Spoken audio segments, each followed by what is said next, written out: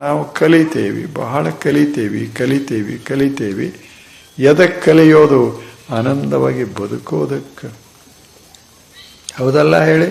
ಬಹಳ ಕಲಿತಾನ ಆನಂದ ಅನ್ನೋದೇ ಗೊತ್ತಿಲ್ಲ, ತಗೊಂಡೇ ಮಾಡೋದು. ಒಂದು ದಿವಸ ನಗಲಿಲ್ಲ, ಹೌದಲ್ಲ ಹೇಳಿ? ಏನು ಆನಂದ ಆಯಿತು ಅಂತ ಒಂದು ಶಬ್ದ ನುಡಿಲಿಲ್ಲ, ಆ ಮನುಷ್ಯ ಎಷ್ಟು ಶಾಣೆ ಇದ್ದರೆ ಏನು ಮಾಡೋದು? ತಲೆಯಾಗ 1000 ಪುಸ್ತಕದವ, ಆದರೆ ಎದ್ಯಾಗ ಒಂದು ಆನಂದದ ಹನಿ ಇಲ್ಲ. ಹೇಳಿ ಹೆಂಗೆ ಬದುಕಬೇಕು? ನಮಗೆ ಶಿಕ್ಷಣ ಬಹಳ ಇರಬೇಕಂತಲ್ಲ, ಕಡಿಮೆ ಇರಬೇಕಂತಲ್ಲ, ಅದು ಮಹತ್ವದ್ದಲ್ಲ. ಮಸ್ತ್ ಓದ್ರಿ, ಮಾಡ್ರಿ, ಗಳಿಸ್ರಿ, ಎಲ್ಲ ಮಾಡಿ, ಆದರೆ ಎದೆಯೊಳಗೆ ಆನಂದ ಇರಬೇಕು.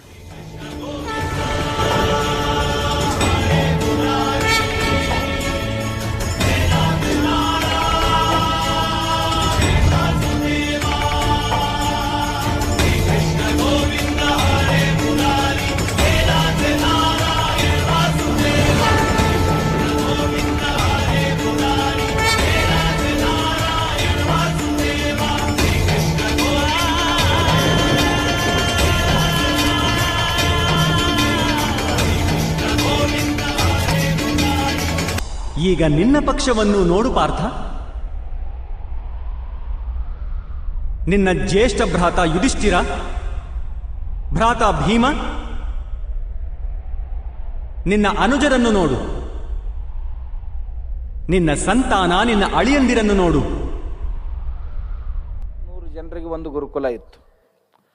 ಅಲ್ಲಿ ಗಂಡು ಹೆಣ್ಣು ಎಲ್ಲರಿಗೂ ಶಿಕ್ಷಣ ಸಿಗ್ತಿತ್ತು, ಸಮಾನವಾದ ಶಿಕ್ಷಣ ಸಿಗ್ತಿತ್ತು. ಬ್ರಿಟಿಷರು ಈ ದೇಶದಲ್ಲಿ ಶಿಕ್ಷಣ ನೀತಿಯನ್ನು ಜಾರಿಗೊಳಿಸುವ ಪೂರ್ವದಲ್ಲಿ ಇದರ ಸರ್ವೆ ಮಾಡಿಸಿದರು. ಮೆಕಾಲೆ ಭಾರತದಲ್ಲಿ ಬರೋಕ್ಕಿಂತ ಪೂರ್ವದಲ್ಲಿ ಸರ್ವೆ ಮಾಡಿಸಿದರು. 4 ಪ್ರಾಂತಗಳ ಗವರ್ನರ್, ದಿಲ್ಲಿ, ಕಲ್ಕತ್ತಾ, ಮಡ್ರಾಸ್, ಮುಂಬೈ, 4 ಪ್ರಾಂತಗಳ ಗವರ್ನರ್ ಸರ್ವೆ ಮಾಡಿದ್ರೆ ಈ ದೇಶದಲ್ಲಿ ದಕ್ಷಿಣ ಭಾರತದಲ್ಲಿ 94% ಸಾಕ್ಷರತೆಯ ಪ್ರಮಾಣ ಇತ್ತು. ಉತ್ತರದಲ್ಲಿ 92% ಸಾಕ್ಷರತೆಯ ಪ್ರಮಾಣ ಆ ಕಾಲದಲ್ಲಿ ಇತ್ತು. ಅಷ್ಟು ಸುಶಿಕ್ಷಿತವಾದಂಥ ದೇಶ ಇದು. ಆನಂತರದಲ್ಲಿ ಭಾಳ ಜನ ಹೇಳ್ಕೊಂಡು ಬಂದರು, ಏನು ಈ ದೇಶ ಅಂದ್ರೇನು? ಹುಂಬರ ದೇಶ, ಆದಿವಾಸಿಗಳ ದೇಶ, ಅಜ್ಞಾನಿಗಳ ದೇಶ. ಆಮೇಲೆ ಈ ದೇಶದಲ್ಲಿ ಅತ್ಯಂತ ಮೂಢಾಚಾರಗಳು, ಕಂದಾಚಾರಗಳು ತುಂಬಿ ತುಳುಕ್ತಾ ಇದ್ದು, ಹಾಗೆ ಹೀಗೆ ಏನೋ ಅಂತ ತಿಳ್ಕೊಂಡು ಇತಿಹಾಸ ಬರೆಸಿ ನಮ್ಮ ದೇಶದ ಅವಹೇಳನೆಯನ್ನು ಮಾಡುವಂಥ ಪರಿಸ್ಥಿತಿಯನ್ನು ನಾವು ನೋಡಿದ್ದೀವಿ. ನಂತರದಲ್ಲಿ ನಮ್ಮವರೇ ಆದಂಥವರು ಬಂದು ಅದನ್ನೇ ಪುನರುಚ್ಚಾರ ಮಾಡೋದನ್ನು ಸಹಿತ ನಮ್ಮ ಕಣ್ಣಿಂದ ನೋಡ್ತಾ ಇದ್ದೀವಿ, ಕಿವಿಯಿಂದ ಕೇಳ್ತಾ ಇದ್ದೀವಿ. ಒಂದು ವೇಳೆ ಹಾಗಿತ್ತು ಅಂತಂದರೆ ನಮ್ಮ ದೇಶದಲ್ಲಿ ಸುಶ್ರುತನಂಥ ವ್ಯಕ್ತಿ ಆಗಿ ಹೋಗ್ತಿದ್ನೇನು? 1000 ವರ್ಷಗಳ ಹಿಂದೆ ಈ ಶರೀರ ಅಂದ್ರೇನು, ಶರೀರ ಶಾಸ್ತ್ರ ಅಂದ್ರೆ ಏನು, ಆನಟಮಿ ಫಿಸಿಯಾಲಜಿ ಅಂದ್ರೆ ಏನು ಅನ್ನೋದನ್ನು ತಿಳಿಸ್ಕೊಟ್ಟಂಥ ಮನುಷ್ಯ. ಈ ಶರೀರದಲ್ಲಿ ಎಷ್ಟು ಸ್ನಾಯುಗಳಿವೆ, ಎಲುವುಗಳಿವೆ, ಎಷ್ಟು ಪದರಿನ ತ್ವಚೆ ಇದೆ, ಕಣ್ಣಿನ ಆಪರೇಷನ್ನನ್ನು ಆಗ ಮಾಡಿದವನು. ಆ ಕಾಲದಲ್ಲಿ ಆ ವ್ಯಕ್ತಿ ಬೇರೆ ಬೇರೆ ಅವಯವಗಳನ್ನು ತೆಗೆದು ಹಾಕುವಂಥ ಪದ್ಧತಿಯನ್ನು ತಂದಂಥವನು. ಅವನ ನಂತರದಲ್ಲಿ ಜೀವಕ ಅಂತಕ್ಕಂಥ ಒಬ್ಬ ವಿಜ್ಞಾನಿ ಈ ದೇಶದಲ್ಲಿ ಋಷಿ ಬಂದ. ನ್ಯೂರೋ ಸರ್ಜರಿ ಅಂದ್ರೆ ಏನು ಅಂತ ಜಗತ್ತಿಗೆ ಗೊತ್ತಿರಲಿಲ್ಲ. ಬಹುತೇಕ ಬುದ್ಧನ ಕಾಲದಲ್ಲಿ, ಬುದ್ಧನ ಸಂಘದಲ್ಲಿದ್ದಂಥ ಮನುಷ್ಯ ಜೀವಕ ನ್ಯೂರೋ ಸರ್ಜರಿ ಅಂದ್ರೆ ಮೆದುಳಿನ ಸರ್ಜರಿಯನ್ನು ಆ ಕಾಲದಲ್ಲಿ ಮಾಡಿದ. ಅಂಥ ಅದ್ಭುತ ಇತಿಹಾಸ ನಮ್ಮ ದೇಶದ್ದು. ಚರಕರಂಥವ್ರು, ವಾಗ್ಭಟ್ರಂಥವ್ರು ಇಲ್ಲಿದ್ದರು. ಮೆಡಿಸಿನ್ ಅಂತ ಯಾವುದು ಕರಿತೀವಲ್ಲ, ಇವತ್ತಿನವರೆಗೂ ಸಹಿತ ವೈದ್ಯಕ ಶಾಸ್ತ್ರದವ್ರಿಗೆ ಔಷಧಿ ಶಾಸ್ತ್ರ ಅಂದ್ರೆ ಏನು ಗೊತ್ತಿಲ್ಲ. ಆರೋಗ್ಯದ ಡೆಫಿನಿಷನ್ ಪೂರ್ತಿಯಾದಂಥ ಡೆಫಿನಿಷನ್ ಮಾಡಲಿಕ್ಕೆ ಇವತ್ತಿನ ಅಲೋಪತಿಯವರಿಗೆ ಪೂರ್ತಿಯಾಗಿ ತಿಳಿದಿಲ್ಲ. ಅಂಥ ಕಾಲದಲ್ಲಿ ನಮ್ಮ ವಾಗ್ಭಟ್ರೇ ಆಗಿರಲಿ, ಚರಕರೇ ಆಗಿರಲಿ, ಔಷಧಿ ಶಾಸ್ತ್ರ ನಿರ್ಮಾಣ ಮಾಡಿದರು. ದೈಹಿಕ, ಬೌದ್ಧಿಕ, ಮಾನಸಿಕ, ಆಧ್ಯಾತ್ಮಿಕ, ಸಾಮಾಜಿಕ ಆರೋಗ್ಯ ಇದ್ರೇ ಅದಕ್ಕೆ ಆರೋಗ್ಯ ಅಂತ ಕರಿಬೇಕು ಅಂತ ಹೇಳ್ಕೊಂಡು ಬಂದರು. ಅಷ್ಟೇ ಅಲ್ಲ, ವೈದ್ಯ, ಔಷಧ, ರುಗ್ಣ, ಪರಿಚಾರಕ, ಇವರು ವೈದ್ಯಶಾಸ್ತ್ರದ 4 ಸ್ತಂಭಗಳು ಅಂತ ಡೆಫಿನಿಷನ್ ಮಾಡ್ಕೊಂಡು ಬಂದರು. ಅಷ್ಟು ಅದ್ಭುತವಾದಂಥ ದೇಶ ನಮ್ಮದು. ವೈದ್ಯಶಾಸ್ತ್ರದಲ್ಲಿ ಅಷ್ಟು ಮುಂದುವರೆದಿದ್ದೀವಿ. ನೃತ್ಯಶಾಸ್ತ್ರದಲ್ಲಿ ಭರತ ಮುನಿ, ಜಗತ್ತಿಗೆ ನೃತ್ಯ ಅಂದ್ರೆ ಏನು ಗೊತ್ತಿರಲಿಲ್ಲ. ಭರತ ಮುನಿ ಅಂತಕ್ಕಂಥ ಒಬ್ಬ ನಾಟ್ಯಾಚಾರ್ಯ, ನೃತ್ಯಾಚಾರ್ಯ, ಜಗತ್ತಿಗೆ ನೃತ್ಯ ಅಂದ್ರೆ ಏನು, ನೃತ್ಯದ ಭಂಗಿಗಳಂದ್ರೆ ಏನು, ಅದು ಮಾನವೀಯ ಆರೋಗ್ಯಕ್ಕೆ, ದೈಹಿಕ ಆರೋಗ್ಯಕ್ಕಾಗಲಿ ಮನಸ್ಸಿನ ಆರೋಗ್ಯಕ್ಕಾಗಲಿ ಎಷ್ಟು ಮುಖ್ಯ ಅನ್ನೋದನ್ನು ತಿಳಿಸಿಕೊಟ್ಟ. ಆ ಕಾಲದಲ್ಲಿ ಕೃಷಿ ಶಾಸ್ತ್ರದಲ್ಲಿ ಪರಿಣಿತರಾದಂಥ 2 ವ್ಯಕ್ತಿಗಳನ್ನು ಜಗತ್ತಿಗೆ ಕೊಟ್ಟದ್ದು ನಮ್ಮ ದೇಶ. ಒಂದು ಕೃಷಿ ಪರಾಶರರು ಅಂತ. ಪರಾಶರರು ಆ ಕಾಲದಲ್ಲಿ ತೃಣಧಾನ್ಯಗಳನ್ನು ಬಳ್ಳಿ ವರ್ಗಕ್ಕೆ ಪರಿವರ್ತನೆ ಮಾಡ್ತಿದ್ರು, ಬಳ್ಳಿ ವರ್ಗದ ಧಾನ್ಯಗಳನ್ನು ತೃಣವರ್ಗಕ್ಕೆ ಪರಿವರ್ತನೆ ಮಾಡ್ತಿದ್ರು. ಆಮೇಲೆ ಇವತ್ತಿನ ದಿವಸ ಯಾವುದಕ್ಕೆ ನಾವು ಹೊಸ ತಂತ್ರಜ್ಞಾನ ಅಂತ ಕೃಷಿ ಕ್ಷೇತ್ರದಲ್ಲಿ ಕಾಣ್ತೀವಲ್ಲ, ಅದನ್ನು 1000 ವರ್ಷಗಳ ಹಿಂದೆ ಮಾಡಿ ತೋರಿಸಿದಂಥವ್ರು. ಅಷ್ಟೇ ಅಲ್ಲ, ವಾತಾವರಣದಲ್ಲಿ ಮಳೆ ಯಾವಾಗ ಬರ್ತದ ಇದನ್ನು ತಿಳಿಸಿಕೊಟ್ಟಂಥವ್ರು. ಇರುವೆಗಳು ತಮ್ಮ ತತ್ತಿ ಅಥವಾ ತಮ್ಮ ಆಹಾರ ತಗೊಂಡು ಯಾವ ಕಡೆ ದಿವಸ ಎಲ್ಲ ಹೋಗ್ತಿದ್ದೋ ಆ ಕಡೆ ಬಿಟ್ಟು ಮರಳಿ ಮನೆ ಕಡೆ ಹೊಂಟು ಅಂದ್ರೆ ಮಳೆ ಬರ್ತೈತಿ ಅಂತ. ಕತ್ತೆ ವಿಚಿತ್ರ ಧ್ವನಿಯಲ್ಲಿ ಚೀರ್ತು ಅಂತಂದ್ರೆ ಮಳೆ ಬರ್ತೈತಿ ಅಂತಂದ್ರು. ಕಪ್ಪೆಗಳು ವಿಚಿತ್ರ ಧ್ವನಿಯಲ್ಲಿ ಒದರ್ದು ಅಂತಂದ್ರೆ ಮಳೆ ಬರ್ತೈತಿ ಅಂತ ಹೇಳಿದವನು ಪರಾಶರ. ಜಗತ್ತಿಗೆ ಗುರುತ್ವಾಕರ್ಷಣ ಶಕ್ತಿಯನ್ನ ನಿಯಮಗಳನ್ನು ಕೊಟ್ಟಂಥವ್ರು ನಮ್ಮ ಆರ್ಯಭಟರು. ಅವರು ಕಂಡು ಹಿಡಿದದ್ದು ಈ ಗುಡ್ಡದ ಮೇಲಿಂದ ಕಲ್ಲುಗಳ ಕೆಳಗ ಯಾಕೆ ಬರ್ತಾವ, ಆಕಾಶದ ಮೋಡಗಳಿಂದ ಮಳೆ ಹನಿಗಳ ಕೆಳಗ ಯಾಕೆ ಬರ್ತಾವ, ಈ ಭೂಮಿಗೆ ಗುರುತ್ವಾಕರ್ಷಣ ಶಕ್ತಿ ಅನ್ನೋದೊಂದು ಐತಿ ಅಂತ ಅಂದಿನ ಕಾಲದಲ್ಲಿ. ನ್ಯೂಟನ್ ಏನ ಹುಟ್ಟಿದ್ದಿಲ್ಲ ಅವಾಗ. ನಮ್ಮ ಹುಚ್ಚರೆಲ್ಲ ನ್ಯೂಟನ್ ಹೆಸರು ಹೇಳ್ಕೊತ ಅಡ್ಡಾಡಕತ್ತಿದ್ವು. ನಮಗೆ ನ್ಯೂಟನ್ನಿಗಿಂತಲೂ ಇಷ್ಟು ದೊಡ್ಡ ಪರಂಪರೆ ಇತ್ತು ಹಿಂದೆ, ನ್ಯೂಟನ್ ಇದ್ದ. ಇನ್ನೊಬ್ಬ ಕೃಷಿ ಶಾಸ್ತ್ರದಲ್ಲಿ ಶೂರಪಾಲ ಅಂತ ಬಂದ. ವೃಕ್ಷಾಯುರ್ವೇದ ಅಂತಕ್ಕಂಥ ಗ್ರಂಥ ಬರೆದ ಆ ಕಾಲದಲ್ಲಿ. ಆ ವೃಕ್ಷಾಯುರ್ವೇದದಲ್ಲಿ ಸಾವಿರಾರು ಇಂದೂ ಸಹಿತ ಮಾಡಲಾರದಂಥ ಪ್ರಯೋಗಗಳನ್ನು ಆ ಮನುಷ್ಯ ಮಾಡಿದ. ಸಗಣಿಯ ಮೇಲೆ ಪ್ರಯೋಗ ಮಾಡಿದ, ಮೂತ್ರದ ಮೇಲೆ ಪ್ರಯೋಗಗಳನ್ನು ಮಾಡಿದ, ಬೇರೆ ಬೇರೆ ವನಸ್ಪತಿಗಳನ್ನು ತಗೊಂಡು ಪ್ರಯೋಗ ಮಾಡಿದ. ಆಮೇಲೆ ನೀರಾವರಿ ಪದ್ಧತಿಯನ್ನು ತಂದ. ಹಣ್ಣುಗಳು ಯಾವ ಯಾವ ಋತುಮಾನಗಳಲ್ಲಿ ಯಾವ ಯಾವ ಹಣ್ಣು ಕಾಯಿಗಳು ಬೆಳಿತಾವು ಅನ್ನೋದನ್ನು ಹೇಳಿದ.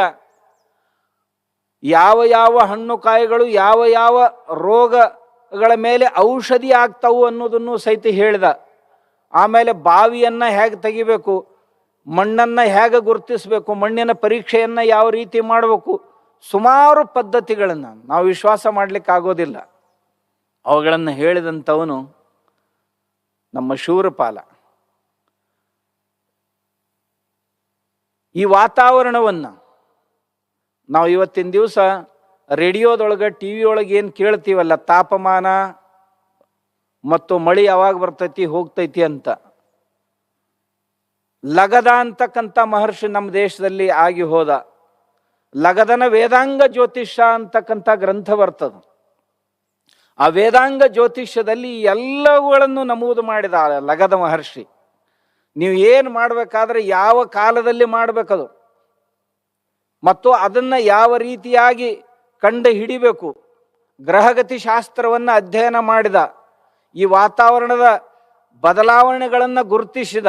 ಹಿಂಗಾದ್ರೆ ಹಿಂಗಾಗ್ತದ, ಹಿಂಗಾದ್ರೆ ಹಿಂಗಾಗ್ತದ, ಆದ್ದರಿಂದ ಇಂಥ ಸಮಯದೊಳಗೆ ಇಂಥ ಕೆಲಸ ಮಾಡ್ರಿ ಅಂತ ಅದ್ಭುತವಾಗಿ ಕೆಲಸವನ್ನು ಮಾಡಿದಂಥವನು. ಯಾವ ಕಾಲಕ್ಕೆ ಈ ಸಮಾಜ ರಚನೆ ಅನ್ನೋದು ಆಗಿರಲಿಲ್ಲ ನಾಡಿನಲ್ಲಿ, ಅಂಥ ಕಾಲದಲ್ಲಿ ನಮ್ಮಲ್ಲಿ ಜೈಮಿನಿ ಅಂತಕ್ಕಂಥ ಮಹರ್ಷಿ ಆಗಿ ಹೋದ. ಸಮಾಜಶಾಸ್ತ್ರವನ್ನು ಬರೆದ ಆತ. ಅಂದರೆ ಒಂದು ಸಮಾಜವನ್ನು ಮುನ್ನಡೆಸಿಕೊಂಡು ಹೋಗಬೇಕಾಗಿತ್ತು ಅಂತಂದ್ರೆ ಆ ಸಮಾಜದಲ್ಲಿ ಎಷ್ಟು ಘಟಕಗಳಿರ್ತಾವು, ಯಾರು ಏನೇನು ಮಾಡಬೇಕು, ಒಂದು ಊರು ಅಂದ್ರೇನು, ಒಂದು ವಾರ್ಡ್ಗಳು ಅವೇನು ಈಗ ಅಂತೀವಲ್ಲ ನಾವು, ಅವನ್ನೆಲ್ಲ ಮಾಡಿದವನು ಜೈಮಿನಿ ಮಹರ್ಷಿ ಆ ಕಾಲದಲ್ಲಿ. ಆ ಜೈಮಿನಿ ಮಹರ್ಷಿಯ ಪ್ರೇರಣೆಯಿಂದ ರಾಜ ಪೃಥು ಅಂತಕ್ಕಂಥ ಒಬ್ಬ ವ್ಯಕ್ತಿ ರಾಜನಾಗಿ ಬಂದ. ಅವನು ಈ ವಾರ್ಡ್ ಸಿಸ್ಟಮ್ಮು, ಗ್ರಾಮ ಪಂಚಾಯತಿ ಸಿಸ್ಟಮ್ಮು, ತಾಲೂಕ್ ಪಂಚಾಯತಿ ಸಿಸ್ಟಮ್ಮು, ಜಿಲ್ಲಾ ಪಂಚಾಯತ್ ಸಿಸ್ಟಮ್ಮು, ಆಮೇಲೆ ರಾಜ್ಯ ವಿಧಾಯಕ ಸಂಸ್ಥೆ, ರಾಷ್ಟ್ರ ವಿಧಾಯಕ ಸಂಸ್ಥೆ, ಇವುಗಳೆಲ್ಲವುಗಳ ರಚನೆಯನ್ನು ಆ ಕಾಲದಲ್ಲಿ ಮಾಡಿದವರು, ಜಗತ್ತಿಗೆ ನಾಗರಿಕ ಶಾಸ್ತ್ರವನ್ನು ಕೊಟ್ಟಂಥವ್ರು ಅದ್ಭುತ ವ್ಯಕ್ತಿಗಳು ನಮ್ಮ ದೇಶದಲ್ಲಿ ಆಗಿ ಹೋದರು. ನಮ್ಮ ದೇಶದಲ್ಲಿ ಸಂಗೀತ ಶಾಸ್ತ್ರ, ಜಗತ್ತಿಗೆ ಸಂಗೀತ ಅಂದ್ರೆ ಏನು ಗೊತ್ತಿರಲಿಲ್ಲ. ನಾರದ ಮಹರ್ಷಿ ಅಂತಕ್ಕಂಥ ಒಬ್ಬ ವ್ಯಕ್ತಿ ಈ ನಿಸರ್ಗದಲ್ಲಿರುವಂಥ ಏನೇನೋ ಸಾಧನೆಗಳನ್ನು ತಗೊಂಡು, ಅದು ಕಟ್ಟಿಗೆ ಆಗಿರಬಹುದು, ಕಬ್ಬಿಣ ಆಗಿರಬಹುದು, ಬೇರೆ ಧಾತುಗಳಾಗಿರ್ಬೋದು, ಅವುಗಳನ್ನು ತಗೊಂಡು ಸಂಗೀತದ ಸಾಧನಗಳನ್ನು ತಯಾರಿಸಿದ. ಆ ಸಾಧನಗಳನ್ನು ತಯಾರಿಸಿ ಅವುಗಳನ್ನು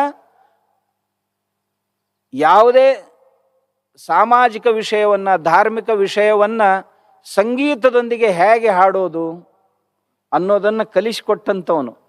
32 ರಾಗಗಳಂತ ಏನು ಹೇಳ್ತೀವಲ್ಲ, ಅದರ ರಚನೆಯನ್ನು ಮಾಡಿದಂಥವನು ನಾರದ ಮಹರ್ಷಿ. ನಾವು ಇವತ್ತಿನ ದಿವಸ ನಾರದರ ಬಗ್ಗೆ ಏನೋ ಅವ ಜಗಳ ಹಚ್ಚವ, ಅವ ಹಂಗೆ ಮಾಡೋ ತಲೆ ಕೆಟ್ಟು ರೀ, ಏನು ಹೇಳೋದು ನಿಮ್ಗೆ? ನಾವು ನಾರದರು ಅಂದ್ರೆ ಏನು ತಿಳ್ಕೊಳ್ಳೋಕ್ಕಾಗಲಿಲ್ಲ ನಮಗೆ. ಅಂಥ ಅದ್ಭುತ ವ್ಯಕ್ತಿ ಆಗಿ ಹೋದ. ನಾವು ಏನು ಬೇಕಲ್ಲ ಅದನ್ನು ಬಿಟ್ಟು ಬೇಡದದ್ದೆಲ್ಲ ಕಲೆಕ್ಟ್ ಮಾಡ್ತಿರ್ತೀವಿ. ಮನುಷ್ಯಾಗ ಮಧುಮಕ್ಷಿಕಾ ದೃಷ್ಟಿ, ಮಲಮಕ್ಷಿಕಾ ದೃಷ್ಟಿ ಅಂತ ಇರ್ತಾವಂತ. ಜೇನು ನೊಣದ ದೃಷ್ಟಿ ಮತ್ತು ಈ ಹೊಲಸಿನ್ಯಾಗ ಕುಂದ್ರು ನೊಣದ ದೃಷ್ಟಿ ಅಂತ. ಕೆಲವರು ದೃಷ್ಟಿ ಜೇನು ನೊಣದಂಗೆ ಇರ್ತೈತಿ. ಹೂವು ಸನೇದಾಗಿರ್ಲಿಲ್ಲ ಅಂದ್ರೆ ದೂರ ಹೋಗಿ ಯಾಕಾಗೋಲ್ದಕ್ಕ ಅದು ಮಕರಂದವನ್ನ ತರ್ತೈತಿ. ಇನ್ನು ಕೆಲವೊಂದು ನೊಣ ಇರ್ತಾವು, ಇಲ್ಲೇ ಬೇಕಾದಷ್ಟು ಹೂ ಇದ್ರೂ ಸಹಿತ ಹೊಲಸ ಹುಡುಕಾಡ್ತಿರ್ತಾವ. ನಮ್ಮ ದೇಶದಾಗ ಹೊಲಸು ನೊಣ ಹೆಚ್ಚಾಗ್ಯಾವ. ನಮಗೆ ನಾವ ಬೈಕೋತ ಹೋಗೋದು, ನಮಗೆ ನಾವ ಏನ್ಕೊಂತ ಹೋಗೋದು, ಬರೀ ಹೊಲಸ ಹುಡುಕಾಡೋದು, ಚಲೋದೇನು ಹುಡುಕಾಡಂಗೆ ಇಲ್ಲ. ಇಂಥ ಅದ್ಭುತ ಸಾಮರ್ಥ್ಯ ನಮ್ಮ ದೇಶದೊಳಗಿತ್ತು. ಇದು ಅಷ್ಟೇ ಅಲ್ಲ, ನಮ್ಮ ದೇಶದಲ್ಲಿ ನಾಗಾರ್ಜುನನಂತ ಒಬ್ಬ ರಸಾಯನಶಾಸ್ತ್ರಜ್ಞ ಬಂದು ಹೋದ. ಆ ನಾಗಾರ್ಜುನ ಸಿದ್ಧೇ ರಸಂ ಕರಿಷ್ಯಾಮಿ ನಿರ್ದಾರಿದ್ರ್ಯಮಿದಂ ಜಗತ್, ನಾನು ರಸಸಿದ್ಧಿಯಿಂದ ಈ ಜಗತ್ತಿನ ದಾರಿದ್ರ್ಯವನ್ನೇ ದೂರ ಮಾಡ್ತೀನಿ ಅಂದ್ರೆ ಪಾರಜದ ಸಹಾಯದಿಂದ ತಾಮ್ರ ಹಿತ್ತಾಳೆಯ ವಸ್ತುಗಳನ್ನು ಬಂಗಾರದಲ್ಲಿ ಪರಿವರ್ತನೆ ಮಾಡುವಂಥ ಯಾವುದೇ ರಾಜನಿಗೆ ಸಮಸ್ಯೆ ಬಂತು ಅಂತಂದ್ರೆ ರಾಜನಿಗೆ ಹೇಳ್ತಿದ್ದ, ಊರೊಳಗೆ ಯಾರ್ಯಾರ ಮನ್ಯಾಗ ತಾಮ್ರ ಕೊಡೋದ ಅವನ್ನೆಲ್ಲ ತಂದಿಟ್ಟು ಹೋಗಂತ ಹೇಳ್ರಿ ರಾತ್ರಿ ಅಂತ. ರಾತ್ರಿ ತಂದಿಟ್ರು ಹೊತ್ತು ಹೊಂಡೋದ್ರಾಗ ಬಂಗಾರ ಕೊಡ ಮಾಡಿ ಕೊಡ್ತಿದ್ರು. ಅಂಥ ಅದ್ಭುತ ರಸಾಯನ ವಿದ್ಯೆ ನಮ್ಮ ದೇಶದೊಳಗಿತ್ತು. ಅಂಥ ಅದ್ಭುತ ಜನ ನಮ್ಮ ದೇಶದೊಳಗೆ ಆಗಿ ಹೋದ್ರು ನಮ್ಮ ದೇಶದಲ್ಲಿ. ನಮ್ಮ ದೇಶದಲ್ಲಿ ಯಾವುದಕ್ಕೆ ಕೊರತೆ ಇತ್ತು? ಅದ್ಭುತವಾದಂಥ ಸಾಹಿತ್ಯ ನಿರ್ಮಾಣ ಮಾಡಿದ್ರು. ವ್ಯಾಸ ಮಹರ್ಷಿ ವ್ಯಾಸೋಚ್ಛಿಷ್ಟಂ ಜಗತ್ ಸರ್ವಂ 1,00,000 ಶ್ಲೋಕಗಳ ಮಹಾಭಾರತವನ್ನು ಬರೆದ. 24,000 ಶ್ಲೋಕಗಳು ಕೌರವರ ಜೀವನ ಕಥೆಯನ್ನು ಹೇಳಿದ್ರೆ 76,000 ಶ್ಲೋಕಗಳು ಎಲ್ಲ ಶಾಸ್ತ್ರಗಳನ್ನು ನಿಮಗೆ ಬೇಕು ಅಂದ್ರೆ ಮಹಾಭಾರತದೊಳಗೆ ಸಮಾಜಶಾಸ್ತ್ರ ಸಿಗುತ್ತೆ, ಮಹಾಭಾರತದೊಳಗೆ ತಮಗೆ ಮಾನಸಶಾಸ್ತ್ರ ಸಿಗುತ್ತೆ, ಮಹಾಭಾರತದಲ್ಲಿ ತಮಗೆ ಭೌತಶಾಸ್ತ್ರ ಸಿಗುತ್ತೆ, ಮಹಾಭಾರತದಲ್ಲಿ ಬರುವಂಥ ಸೂತ್ರಗಳನ್ನು ತಾವು ನೋಡಿದರೆ ಗಣಿತಶಾಸ್ತ್ರ ಅಲ್ಲಿ ತಮಗೆ ಸಿಗುತ್ತೆ, ಮಹಾಭಾರತದಲ್ಲಿ ಜೀವಶಾಸ್ತ್ರ ಸಿಗುತ್ತೆ, ಮಹಾಭಾರತದಲ್ಲಿ ವಾಸ್ತುಶಾಸ್ತ್ರ ಸಿಗುತ್ತೆ, ಊರುಗಳನ್ನು ಹೇಗೆ ನಿರ್ಮಾಣ ಮಾಡಬೇಕು, ಮನೆಗಳನ್ನು ಹೇಗೆ ಕಟ್ಟಬೇಕು ಅಂತ. ಮಹಾಭಾರತದಲ್ಲಿ ಧಾತುಶಾಸ್ತ್ರ ಬರ್ತದೆ, ಅಂದರೆ ಯಾವ ಯಾವ ಧಾತುಗಳಿಂದ ಏನೇನು ನಿರ್ಮಾಣ ಮಾಡ್ಲಿಕ್ಕೆ ಸಾಧ್ಯ, ಯಾವ ಯಾವ ಧಾತುಗಳನ್ನು ಯಾವ ರೀತಿಯಾಗಿ ತಯಾರಿಸಬೇಕು ಅಂತಕ್ಕಂಥ ಅದ್ಭುತವಾದಂಥ ವಿದ್ಯೆಯನ್ನು ನಾವು ಮಹಾಭಾರತದಲ್ಲಿ ನೋಡ್ತೀವಿ. ಒಂದು ಮಹಾಭಾರತ ನಾವು ಬಹಳ ಜನ ಏನು ತಿಳ್ಕೊಂಡೀವಿ, ಅದೇನು ಅಣ್ತಂಬರ ಜಗಳ ಅದ್ರಾಗ ಏನೈತಿ ಅಂತ. ಬರೀ ಅಣ್ತಂಬರ ಜಗಳ ಇತ್ತಂದ್ರೆ ಇಷ್ಟು 1000 ವರ್ಷ ಇರ್ತಿತ್ತೇನೆ? ಇಲ್ರಿ. ನಾವು ನೋಡೋ ದೃಷ್ಟಿಕೋನ ಅದ್ರ ಕಡೆ ಬೇಕು. ಬರೀ ಅಣ್ತಂಬರ ಜಗಳ ಇರ್ತೈತೇನೆ ಅದ್ರೊಳಗೆ? ಇಲ್ಲ. ಅದು ಸುಮ್ಮನೆ ಆಧಾರವಾಗಿ ಇಟ್ಕೊಂಡು ಇಡೀ ದೇಶದ ಪರಿಚಯವನ್ನು ಮಾಡಿಸಿದ್ದಾರೆ, ಸಂಸ್ಕೃತಿಯ ಪರಿಚಯವನ್ನು ಮಾಡಿಸಿದ್ದಾರೆ, ಬೇರೆ ಬೇರೆ ಶಾಸ್ತ್ರಗಳ ಪರಿಚಯವನ್ನು ಮಾಡಿಸಿದ್ದಾರೆ.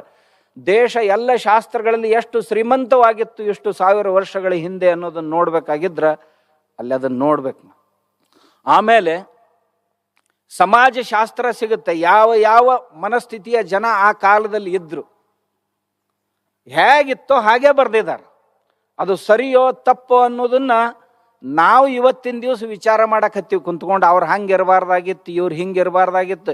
ತನ್ನ ತಾಟ್ನ್ಯಾಗ ಕಾತ್ತಿವಿದ್ದು ಒದ್ದಾಡ್ತೈತೆ, ಅದನ್ನು ಬಿಟ್ಟು ಅವ್ರ ತಾಟ್ನ್ಯಾಗ ನೊಣ ಬೀಳಬಾರ್ದಾಗಿತ್ತು ಕುಸಳ ಬೇರಬಾರ್ದಾಗಿತ್ತು. ಅಲ್ಲ, ನಿಂತಾಟ್ ನನ್ ಕತ್ತಿ ನೋಡು, ಅವ್ರ ನೊಣ ಏನು ನೋಡಾಕತ್ತಿ ಅಂತ ನಾವು ಅವ್ರನ್ನ ವಿಶ್ಲೇಷಣೆ ಇವತ್ತಿನ ದಿವಸ ಮಾಡ್ತೀವಿ. ಹಾಗಲ್ಲ, ಅದು ಹೇಗಿತ್ತೋ ಹಾಗೆ.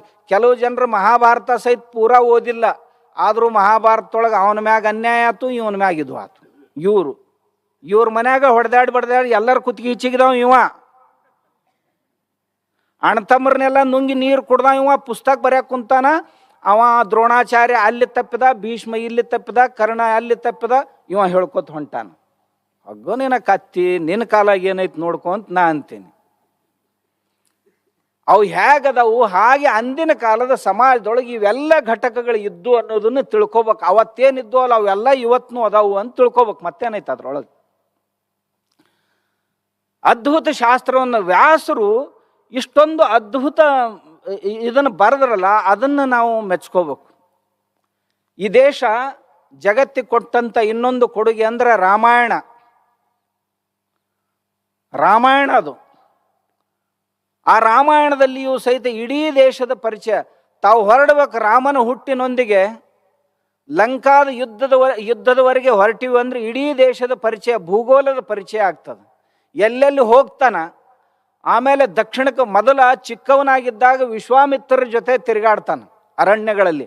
ಎಲ್ಲ ಪ್ರಕಾರದ ಅರಣ್ಯಗಳು, ಗುಡ್ಡಗಳು, ಅಲ್ಲಿರುವ ಪ್ರಾಣಿಗಳು, ವನಸ್ಪತಿಗಳು, ಇವುಗಳ ಪರಿಚಯ, ನದಿಗಳು, ಇವುಗಳ ಪರಿಚಯದ ಜೊತೆಗೆ ಎಂತಹ ಜನ ಎಲ್ಲೆಲ್ಲಿ ವಾಸ ಮಾಡ್ತಿದ್ರು ಆ ಮಾನಸಿಕತೆಯ ಜನರ ಪರಿಚಯವನ್ನು ಮಾಡಿಕೊಡ್ತಾನೆ. ಮುಂದೆ ಅಯೋಧ್ಯೆಯೊಳಗ ಒಂದೇ ಅರಮನೆಯೊಳಗೆ ಎಷ್ಟು ಪ್ರಕಾರದ ಜನ ಇದ್ರು, ಮಾನಸಿಕತೆಯನ್ನು ಹೊಂದಿದಂಥ ಒಂದು ಮನೆಯೊಳಗೆ ಜನ ಇರ್ತಾರೆ, ಅದರ ಪರಿಚಯ ಮಾಡಿಕೊಡ್ತಾನೆ.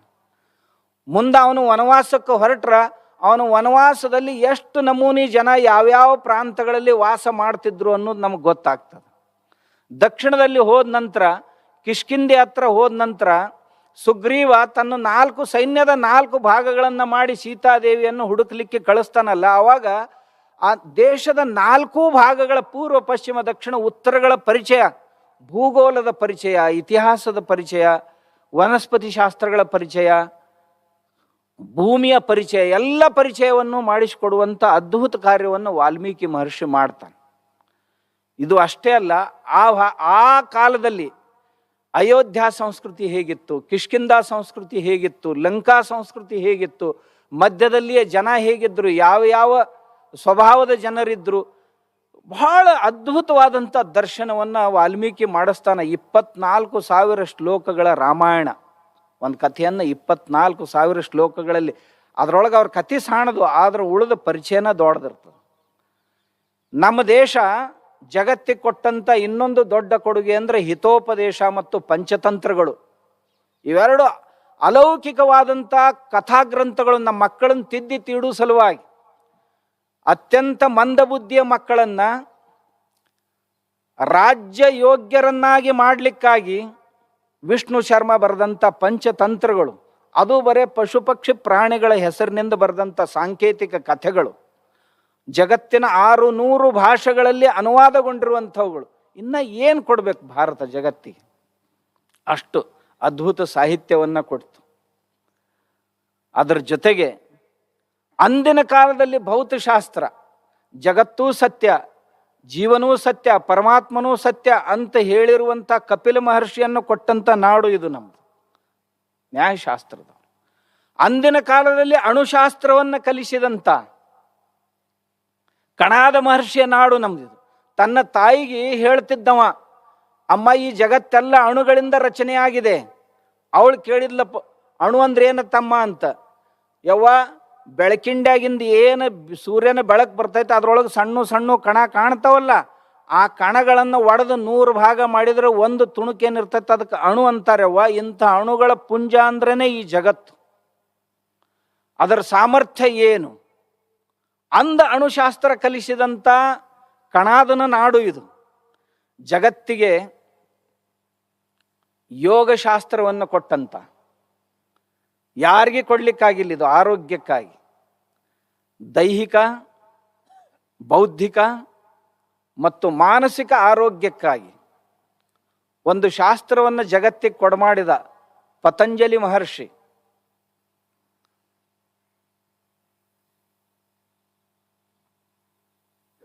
ಅಷ್ಟಾಂಗ ಯೋಗ ಅಂತ ಏನು ಕೊಟ್ಟ, ಇದು ಜಗತ್ತಿನಲ್ಲಿ ಯಾರೂ ಕೊಟ್ಟಿರಲಿಲ್ಲ. ಅಂಥ ಇವತ್ತು ಸಹಿತ ಅದನ್ನು ಇಡೀ ಜಗತ್ತಿನ 120ಕ್ಕಿಂತಲೂ ಹೆಚ್ಚು ರಾಷ್ಟ್ರಗಳಲ್ಲಿ ಯೋಗಶಾಸ್ತ್ರವನ್ನು ಅನುಸರಿಸುವಂಥ ಪ್ರಸಂಗವನ್ನು ನಾವು ಇವತ್ತಿನ ದಿವಸ ನೋಡ್ತೀವಿ. ಅಂಥ ಪತಂಜಲಿ ಮಹರ್ಷಿ ಈ ನಾಡಿನಲ್ಲಿ ಆಗಿ ಹೋದ. ಅಷ್ಟೇ ಅಲ್ಲ, ಭಾರದ್ವಾಜರಂಥ ವಿಮಾನಶಾಸ್ತ್ರವನ್ನು ಕೊಟ್ಟಂಥ ವ್ಯಕ್ತಿಗಳು. ಅಂದಿನ ಕಾಲದಲ್ಲಿ ನಾವೇನು ಓದ್ತಿದ್ದೀವಿ ಅದು ಯಾವ ಕಾಲ್ಪನಿಕಲ್ಲ, ಬಹಳ ಜನ ಕಾಲ್ಪನಿಕ ಅಂತ ತಿಳ್ಕೊಂಡಾರ. ಆದ್ರೆ ಅದರದೆಲ್ಲ ಸೂತ್ರಗಳನ್ನು ಕೊಟ್ಟಾನ. ಆ ಸೂತ್ರಗಳ ಮೇಲೇನೆ ತಳಪದೆ ಅಂತಕ್ಕಂಥ ಶ್ರೀಪಾದ್ ತಳಪದೆ ಅಂತಕ್ಕಂಥ ವ್ಯಕ್ತಿ ವಿಮಾನ ತಯಾರು ಮಾಡಿದ. ಮುಂಬೈ ಒಳಗೆ ಆ ವಿಮಾನ ಹಾರಿಸಿದ. ಬ್ರಿಟಿಷರಿಗೆ ಗೊತ್ತಾಯ್ತು. ತಕ್ಷಣ ಅವನ್ನ ಹಿಡಿದು ಜೈಲಿನಾಗ ಹಾಕಿ ಸಾಯುವವರೆಗೂ ಜೈಲಿನಲ್ಲಿಟ್ಟರು. ಅದನ್ನ ಟೆಕ್ನಾಲಜಿ ತೊಗೊಂಡು ಹೋಗಿ ಲಂಡನ್ದೊಳಗೆ ಯುರೋಪ್ನೊಳಗೆ ತೊಗೊಂಡು ಹೋಗಿ ರೈಟ್ ಬ್ರದರ್ಸ್ ಅಂತಕ್ಕಂಥವ್ರ ಹೆಸರಿನೊಳಗೆ ವಿಮಾನಶಾಸ್ತ್ರ ಬರೆಸಿದ್ರು. ಆದ್ರೆ ಅದನ್ನು ತಯಾರು ಮಾಡಿದವ್ರು ನಮ್ಮವ್ರು. ಇಂಥ ದೇಶ ನಮ್ಮದು. ನಮಗೆ ನಮ್ಮದ್ರ ಮ್ಯಾಗ ಹೆಮ್ಮೆ ಇರಂಗಿಲ್ಲ. ನಮ್ಮದನ್ನು ವಿದೇಶದವ್ರು ಯಾವಾಗ ಚಲೋ ಅಂತಾರಲ್ಲ ಅವಾಗ ನಮ್ಮವ್ರು ನಮ್ಮದ್ರ ಮ್ಯಾಗ ವಿಶ್ವಾಸ ಇಡ್ತಾರೆ. ಇದೇ ಈ ದೇಶದ ಅತ್ಯಂತ ದೊಡ್ಡ ದುರ್ದೈವ. ನಮ್ಮವ್ರು ಏನಾದರೂ ನಾವು ಹೇಳಿದೆವಂದ್ರೆ ಸ್ವಾಮಿ ಹೇಳ್ತೈತಳ ಎಲ್ಲ ಇವು ಮೂಢನಂಬಿಕೆ ಹಿಂಗಿರ್ತಾವನ ಎಲ್ಲರ. ನಾವು ನಮ್ಮ ಮನೆಯೊಳಗೆ ಪ್ರತಿ ದಿವಸ ಅಗ್ನಿಹೋತ್ರ ಮಾಡಿದ್ರೆ ಮನೆ ವಾತಾವರಣ ಚೆನ್ನಾಗಿರ್ತೈತಿ, ಆರೋಗ್ಯ ಚಲೋ ಇರ್ತೈತಿ ಅಂತ ಹೇಳಿದ್ರೆ ಅದಕ್ಕೆ ಅಂಧಶ್ರದ್ಧೆ ಅಂತ ಕರೆದ್ರು. ಜಪಾನ್ದವರು ಅದಕ್ಕೆ ಬೇಕಾಗುವಂಥ ಎಲ್ಲ ಸಲಕರಣೆ ಪುಸ್ತಕ ಸಹಿತವಾಗಿ ಯಾವಾಗ ಹೊರಗೆ ತಂದರು. ದೊಡ್ಡ ವಿಜ್ಞಾನ ಐತದು, ತೋರಿ ಎಲ್ಲರೂ ಮನ್ಯಾಗ ಮಾಡ್ರಿ. ಇಂಥ ಹುಚ್ಚರು ನಾಡಿದೆ. ಏನು ಹೇಳೋದು, ಎಷ್ಟು ಮಾನಸಿಕವಾಗಿ ಎಷ್ಟು ಗುಲಾಮಿತನಕ್ಕೆ ಇವತ್ತು ನಾವು ಒಳಪಟ್ಟಿವಲ್ಲ. ನಮ್ಮ ದೇಶದ ಇತಿಹಾಸ ಪರದೇಶವ್ರು ಬರೆದ್ರಂದ ನಾವು ಅದಕ್ಕೆ ಖರೆ ಅಂತೀವಿ. ನಮ್ಮ ದೇಶದ ಇತಿಹಾಸ ನಾವ ಯಾರ ಹೇಳಿದ್ರೆ ನಾವು ನಂಬಂಗಿಲ್ಲ ಅಂದ್ರೆ ಇಷ್ಟು. ಯಾಕಂದ್ರೆ ನಮ್ಮ ಬುದ್ಧಿ ಇಟ್ಟು ಒತ್ತಿ ಇಟ್ಟಿವಲ್ಲ ನಾವು. ಏನಾರ ಮಾಡ್ಬೇಕಿದ್ಕ ಅಂತ ಒಂದೊಂದು ಸಾರಿ ಪ್ರಶ್ನೆ ಅನ್ನಿಸ್ತೈತಿ. ಇಷ್ಟೆಲ್ಲ ಈ ದೇಶದಲ್ಲಿತ್ತು. ನಮ್ಮ ದೇಶದ ಬಲಸ್ಥಾನಗಳಿವು. ಇವನ್ನ ನಮ್ಮ ಮಕ್ಕಳಿಗೆ ಹೇಳ್ಬೇಕು, ಇವನ್ನ ನಾವು ಕಲಿಬೇಕು. ನೋಡಿದ್ರೆ ಹೆಮ್ಮೆ ಅನ್ನಿಸ್ಬೇಕು. ಇರ್ಲಿಲ್ಲ ಅಂದ್ರೆ ಅವ ಬಾಬರ್ ಬಂದಾಗ ಗುದ್ದಿದ ಹೋದ, ಅವ ಅವ್ರ ಗುಲಾಮರ ಕೈಯಾಗ ಕೊಟ್ಟು ಹೋದ್ನಪ್ಪ. ಅವ್ರ ಗುಲಾಮಿ ವಂಶನೂ ಅವ್ರ ಮನ್ಯಾಗ ಆಳುಗಳಿದ್ವಲ್ಲ ಅವ್ರ ಕೈಯಾಗ ಕೊಟ್ಟು ಹೋದ. ಅದನ್ನು ಭಾಳ ರುಚಿಯಿಂದ ಓದ್ತೈತಿ ನಮ್ಮ ಮಂದಿ. ಆದ್ರೆ ಕೃಷ್ಣದೇವರಾಯನ ಈ ವಿಜಯನಗರ ಏನಿತ್ತಲ್ಲ, ಹುಕ್ಕಬುಕ್ಕರು ಸ್ಥಾಪನೆ ಮಾಡಿದಂಥ ವಿಜಯನಗರ ಜಗತ್ತಿನ ಏಕೈಕ ರಾಜ್ಯ ಅದು. ಏನು 300 ವರ್ಷಗಳವರೆಗೆ ರಾಜ್ಯ ಒಂದೇ ಮನೆತನ ರಾಜ್ಯ ಆಳಿದಂಥ ಏಕೈಕ ರಾಜ್ಯ ಈ ಜಗತ್ತಿನಲ್ಲಿದ್ರೆ ಅದು ವಿಜಯನಗರ ಸಾಮ್ರಾಜ್ಯ. ದಿಲ್ಲಿ ಆಳಿದ್ರು ಮೊಘಲರು 30 ಮಂದಿ ಆಳಿದ್ರು, ಅದನ್ನ ಬೇರೆ ಬೇರೆಯವರು ಬಂದು ಇಲ್ಲ. ಇಂಥ ಉದಾಹರಣೆಗಳು ನಮ್ಮ ದೇಶದಲ್ಲಿವೆ. ನಮ್ಮ ದೇಶ ನಾವು ನೋಡಬೇಕಾಗಿತ್ತು ಅಂತಂದ್ರೆ ನಮ್ಮ ಒಂದು ಜರ ಕಣ್ಣು ದೊಡ್ಡ ಮಾಡಿಕೊಂಡು ವಿಶಾಲ ಮಾಡಿಕೊಂಡು ದೇಶದ ಬೇರೆ ಬೇರೆ ಪ್ರಾಂತಗಳಲ್ಲಿಯೂ ಸಹಿತ ನಾವು ಹೋಗ್ಬೇಕಂದ್ರೆ ಎಲ್ಲ ಇಡೀ ದೇಶದ ಪರಿಚಯ ಆಗ್ತೈತೆ ನಮ್ಗೆ. ಅಂಥ ಅದ್ಭುತ ನಾಡು ನಮ್ಮದು. ಈ ದೃಷ್ಟಿಯಿಂದ ಈ ದೇಶ ಋಷಿಗಳನ್ನು ಮುನಿಗಳನ್ನು ಕೊಟ್ಟಂಥ ದೇಶ. ಈ ದೇಶ ಸಾಧು ಸತ್ಪುರುಷರನ್ನು ಕೊಟ್ಟಂಥ ದೇಶ. ಈ ದೇಶ ದಾಸರನ್ನು ಕೊಟ್ಟಂಥ ದೇಶ. ಈ ದೇಶ ಆಚಾರ್ಯರನ್ನು ಕೊಟ್ಟಂಥ ದೇಶ. ಎಲ್ಲರೂ ಬಂದು ಮಾಡಿದ್ದೇನು, ನಮ್ಮ ಬೌದ್ಧಿಕ ಮತ್ತು ಭಾವನಾತ್ಮಕ ಪ್ರಪಂಚ ವಿಶಾಲವಾಗಿರಬೇಕು ಅಂತ. ತಿಳಿಸುವ ಪದ್ಧತಿಗಳು ಹೆಚ್ಚು ಕಡಿಮೆ ಆಗಿರಬಹುದು. ಅದರಲ್ಲಿ ಕೆಲವು ಸಾರಿ ಸಂಕುಚಿತ ವಿಚಾರಗಳು ಬಂದು ಹೋಗಿರ್ಬೋದು, ಕೆಲವೊಂದು ಸಾರಿ ವಿಶಾಲ ವಿಚಾರಗಳು ಬಂದು ಹೋಗಿರ್ಬೋದು. ಆದರೆ ಬಹಳ ಜನ ನಾವು ವೈಶಾಲ್ಯತೆಯನ್ನು ಬಿಟ್ಟು ಸಂಕುಚಿತತೆಯನ್ನೇ ಆಧಾರವಾಗಿಟ್ಕೊಂಡು ಇದನ್ನು ಜಗತ್ತಿನಲ್ಲೇ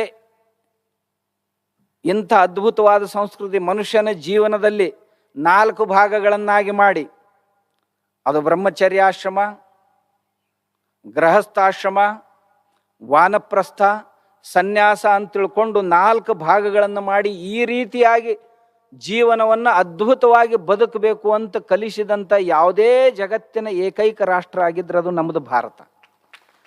ಮೊದಲನೇ 25 ವರ್ಷ ಏನು ಮಾಡ್ಬೇಕು, ಎರಡನೇ 25 ವರ್ಷ ಪ್ರಥಮೇ ನಾರ್ಜಿತಾ ವಿದ್ಯಾ, ದ್ವಿತೀಯೇ ನಾರ್ಜಿತಂ ಧನಂ, ತೃತೀಯೇ ನಾರ್ಜಿತಂ ಪುಣ್ಯಂ, ಚತುರ್ಥೇ ಕಿಂ ಕರಿಷ್ಯತಿ ಅಂತ ಕೇಳಿದವ್ರು ನಮ್ಮವ್ರು. ಆಯುಷ್ಯದ ಪ್ರಥಮ ಭಾಗದಲ್ಲಿ ವಿದ್ಯಾರ್ಜನೆ ಮಾಡಬೇಕು, ದ್ವಿತೀಯ ಭಾಗದಲ್ಲಿ ಅರ್ಥಾರ್ಜನೆಯನ್ನು ಮಾಡಬೇಕು, ತೃತೀಯ ಭಾಗದಲ್ಲಿ ಪುಣ್ಯಾರ್ಜನೆಯನ್ನು ಮಾಡಬೇಕು, 4ನೇ ಭಾಗದಲ್ಲಿ ಆನಂದವಾಗಿ ಬದುಕಬೇಕು ಅಂತ. ಈ ರೀತಿಯಾಗಿ ಕಲಿಸಿಕೊಟ್ಟಂಥವ್ರು ನಮ್ಮ ದೇಶ. ಆಮೇಲೆ 3 ವೃತ್ತಿಯ ಜನರು ಸಮಾಜದಲ್ಲಿ ಇರ್ತಾರ ಅಂತ. ಯಾವುದು? ಕರ್ಮವೃತ್ತಿ, ವೈಶ್ಯವೃತ್ತಿ ಮತ್ತು ಬ್ರಹ್ಮವೃತ್ತಿ ಅಂತ. ಕರ್ಮವೃತ್ತಿ ಅಂತಂದ್ರೆ ಜಡದಿಂದ ಜಡವನ್ನ ನಿರ್ಮಾಣ ಮಾಡುವಂಥವ್ರು ಕರ್ಮವೃತ್ತಿಯ ಜನ. ಜಡದಿಂದ ಜಡವನ್ನ ನಿರ್ಮಾಣ ಮಾಡೋರು. ಕಲ್ಲೈತಪ್ಪ, ಅದರಿಂದ ಮೂರ್ತಿ ತಯಾರು ಮಾಡಿದ್ರು. ಕಟ್ಟಿಗೆ ಐತಿ, ಮತ್ತೇನೋ ಮನೆ ತಯಾರು ಮಾಡಿದ್ರು, ಮೂರ್ತಿ ತಯಾರು ಮಾಡಿದ್ರು. ಜಡದಿಂದ ಜಡವನ್ನ ನಿರ್ಮಿಸುವವರು ಇಂಥವು ಏನೇನು ಕಾಯಕಗಳು ಬರ್ತಾವ ಆ ಎಲ್ಲ ಕಾಯಕದವರು ಸಹಿತ ಕರ್ಮವೃತ್ತಿಯ ಜನರು. ವೈಶ್ಯವೃತ್ತಿ ಅಂದ್ರೆ ಚೇತನದಿಂದ ಚೇತನವನ್ನ ನಿರ್ಮಾಣ ಮಾಡುವಂಥವ್ರು, ಅವರು ವೈಶ್ಯರು. ವೈಶ್ಯರು ಅಂತ ಯಾರಿಗೆ ಕರೀತಾರ ಅಂತಂದ್ರ ಚೇತನದಿಂದ ಚೇತನವನ್ನ ನಿರ್ಮಾಣ ಮಾಡುವವರು. ಈ ಕಾಳದವು, ಕಾಳು ಚೇತನವು.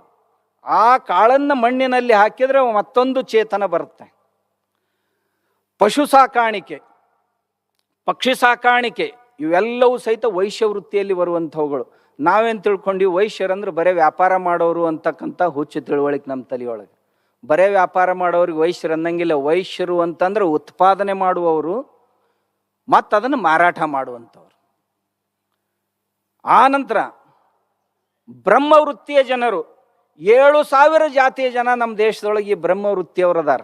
ಅಂದ್ರೆ ನಾಳಿಗೆ ಏನು ಬೇಕಪ್ಪ ಅಂತ ಸಂಗ್ರಹ ಮಾಡದೆ ತಮ್ಮ ಜ್ಞಾನವನ್ನ ಸಮಾಜಕ್ಕೆ ಕೊಡ್ತಾ ಹೋಗೋದು ಇವ್ರ ಕೆಲಸ. ಇದ್ರೊಳಗೆ ದುರ್ಗ ಮುರುಗ್ಯಾರನ್ನ ಹಿಡ್ಕೊಂಡು ಎಲ್ಲರೂ ಬರ್ತಾರೆ. ನಿಮಗೆ ಹೇಳೋದಂದ್ರೆ ಇವರೆಲ್ಲ ಬ್ರಹ್ಮವೃತ್ತಿಯವರು. ಇದ್ರೊಳಗೆ ಮಂಗ್ಯಾನ ಆಡಿಸೋರು ಬಂದ್ರೆ, ಕಡ್ಡೆ ಆಡಿಸೋರು ಬಂದು, ಯಾಕಂದ್ರೆ ಅವುಗಳ ಬಗ್ಗೆ ಇರುವಂಥ ತಪ್ಪು ತಿಳುವಳಿಕೆಗಳನ್ನು ತೆಗೆದು ಹಾಕಬೇಕು.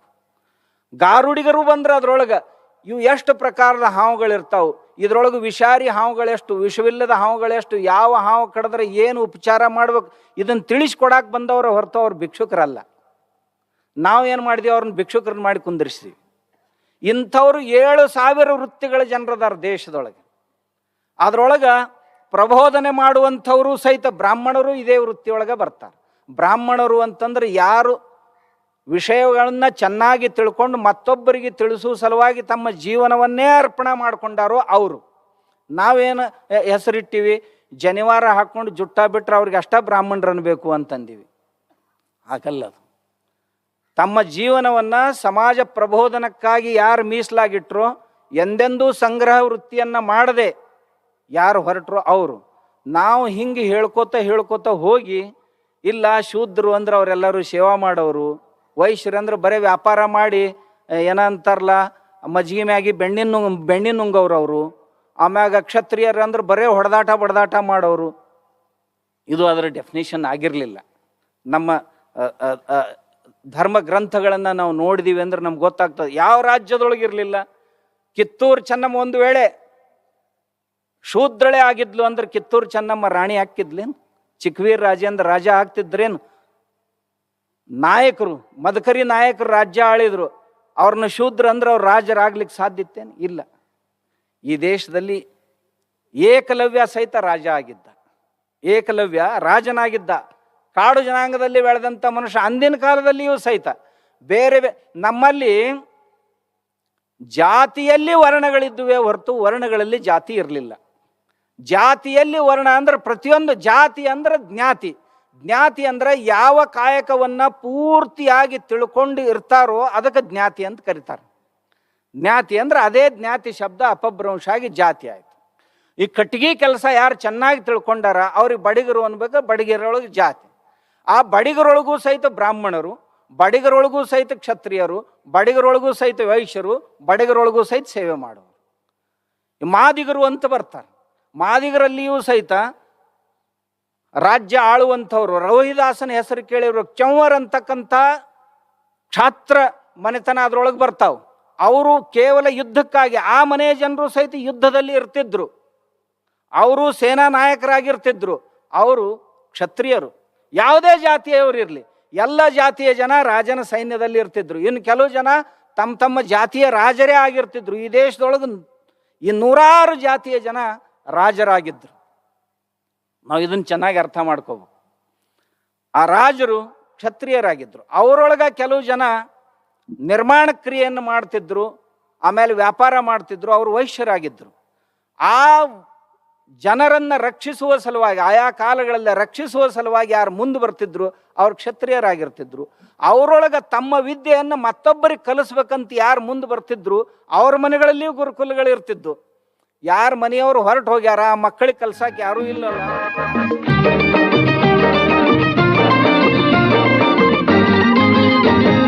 ನಲ್ಲಿಕಾಯಿ ಮರದಲ್ಲಿಟ್ಟನು ನಮ್ಮ ಶಿವ, ಕುಂಬಳಕಾಯಿ ಬಳ್ಳಿಲಿಟ್ಟನು. ನಲ್ಲಿಕಾಯಿ ಮರದಲ್ಲಿಟ್ಟನು ನಮ್ಮ ಶಿವ, ಕುಂಬಳಕಾಯಿ ಬಳ್ಳಿಲಿಟ್ಟನು. ಹೂವನ್ನು ಕಾಯಿ ಕೊಟ್ಟು ಜಗಳವಾಡ ಬುದ್ಧಿ ಕೊಟ್ಟು ಕಾಣದಂತೆ ಮಾಯವಾದನು. ನಮ್ಮ ಶಿವ ಕೈಲಾಸ ಸೇರಿಕೊಂಡನು.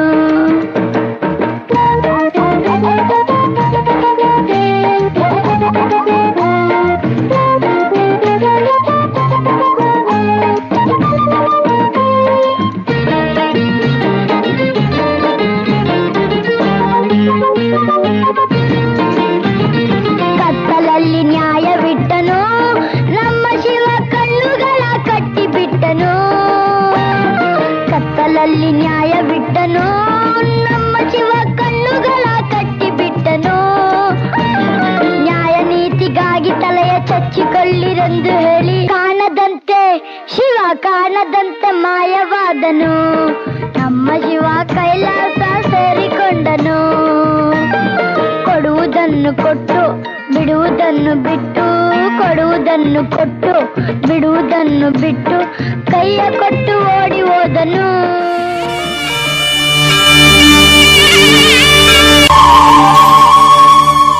ನೇತ್ರದಾನ ಮಹಾದಾನ, ನೇತ್ರದಾನ ಪವಿತ್ರವಾದ ದಾನ.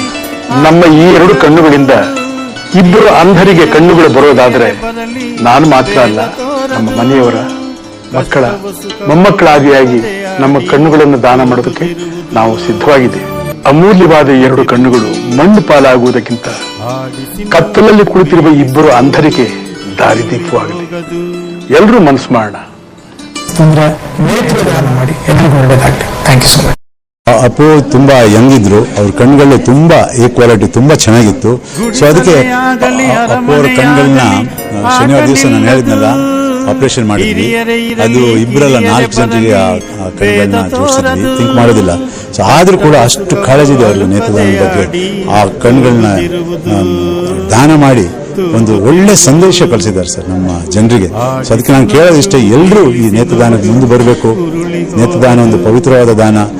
ಅದು ತೀರದ ಮೇಲೆ ಮಾಡುವಂತ ಒಂದು ಕಾರ್ಯ ಅಲ್ವಾ. 6 ಗಂಟೆ ಒಳಗೆ ಆಗ್ಬೇಕು. ಅದು ಸುಟ್ಟು ಬೂದಿ ಪಾಲ್ ಮಾಡೋದು ಅಥವಾ ಕೂತು ಮಣ್ಪಾಲ್ ಮಾಡೋದಕ್ಕಿಂತ ಅದನ್ನು ದಾನ ಮಾಡಿ ಕತ್ತಲಲ್ಲಿ ಕುಳಿತಿರುವ ಅಂಧರಿಗೆ ಒಂದು ಬೆಳಕು ನೀಡುವ ಒಂದು ಕಾರ್ಯ ಎಲ್ಲರೂ ಮಾಡ್ಬೇಕು. ಸಂಪೂರ್ಣವಾಗಿ ಹೋಗಿಲ್ಲ, 2 ಕಣ್ಣಿಲ್ಲಿ ಬಿಟ್ಟು ಹೋಗಿದ್ದಾನೆ, ನಮ್ಮನ್ನ ನೋಡ್ತಾ ಇದೆ. ಅದು 4 ಜನಕ್ಕೆ ಆಗಿದೆ. ಇದು ನಮ್ಗೆ ಒಂದು ಶಕ್ತಿ. ಇಲ್ಲಿ ಈ ಜಾಗ ಯಾಕೆ ಅಂದ್ರೆ 3 ಜನ, ನಮ್ಮ ಅಪ್ಪಾಜಿ, ಅಮ್ಮ, ನನ್ನ ತಮ್ಮ 3 ಜನ ಇಡೀ ಕುಟುಂಬದ ಸಮೇತ ಅವ್ರ ಕಣ್ಗಳನ್ನ ಇಲ್ಲಿ ಬಿಟ್ಟು ಹೋಗಿದ್ರೆ ಯಾವ ಅಭಿಮಾನಿ ದೇವರುಗಳು ಅದನ್ನ ನೋಡ್ತಾ ಇದ್ರೆ ನೀವೆಲ್ಲ ನೋಡ್ಬೋದು. ಅಪ್ಪಾಜಿ ಅವರು ಅವ್ರ ಸಿನಿಮಾ ಎಂಟರ್ ಆಗಿದೆ, ಬೇಡ ಕಣ್ಣಪ್ಪ ಇದ್ರೆ 2 ಕಣ್ಣನ್ನ ದೇವರಿಗೆ ದಾನ ಮಾಡ್ತಾರೆ. ಅವ್ರು ಹೋಗ್ತಾರೆ 2 ಕಣ್ಣನ್ನ ಅಭಿಮಾನಿ ದೇವರುಗಳಿಗೆ ಕೊಟ್ಟು ಹೋಗ್ತಾರೆ. ಇದು ಅವ್ರ ಜೀವನದಲ್ಲಿ ಬರೆದಿರುವಂತ ಒಂದು ಸಂದೇಶ ದೇವರು. ಇದನ್ನ ಪುಣ್ಯಕ್ಕೆ ನಮ್ಮ ಅಮ್ಮನೂ ಮಾಡಿದ್ರು, ನನ್ನ ತಮ್ಮನೂ ಮಾಡಿದ್ರು. ನಮ್ ತಂದೆನೇ ನಮ್ ಕಣ್ಗಳನ್ನೆಲ್ಲ ದಾನ ಮಾಡಿ ಹೋಗಿದ್ದಾರೆ. ಅವರು ಮೊದಲನೇ ಸಲ ಡಾಕ್ಟರ್ ಭೇಟಿ ಮಾಡಿದಾಗ ಮೊಮ್ಮಕ್ಕಳು ಆದಿಯಾಗಿ ಎಲ್ಲಾರ ಕಣ್ಣು ದಾನ ಮಾಡ್ತೀವಿ. ಹಿಂದೆ ಮನುಷ್ಯ ಹೋದ ಮೇಲೆ ಒಂದು ಉಪಯೋಗ ಆಗ್ತಾನೆ ಅಂದ್ರೆ ಇದಕ್ಕಿಂತ ಒಂದು ದೊಡ್ಡ ಗುಣ ಏನ್ ಬೇಕು ನಮ್ಗೆ ಅಂತ ನಮ್ಮ ತಂದೆ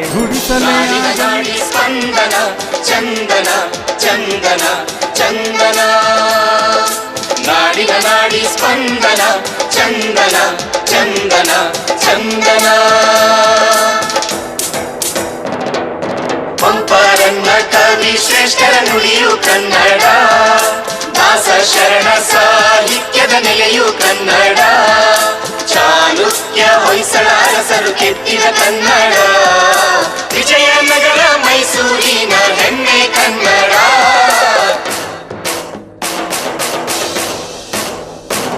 ಕಲೆ ಸಂಸ್ಕೃತಿ ವಿಜ್ಞಾನದ ಸ್ಫುರಣ, ಮಾಹಿತಿ ತಂತ್ರಜ್ಞಾನದ ಕಿರಣ, ಜೀವನದಿ ಜೀವ ಸಂಕುಲದ ಚೇತನ.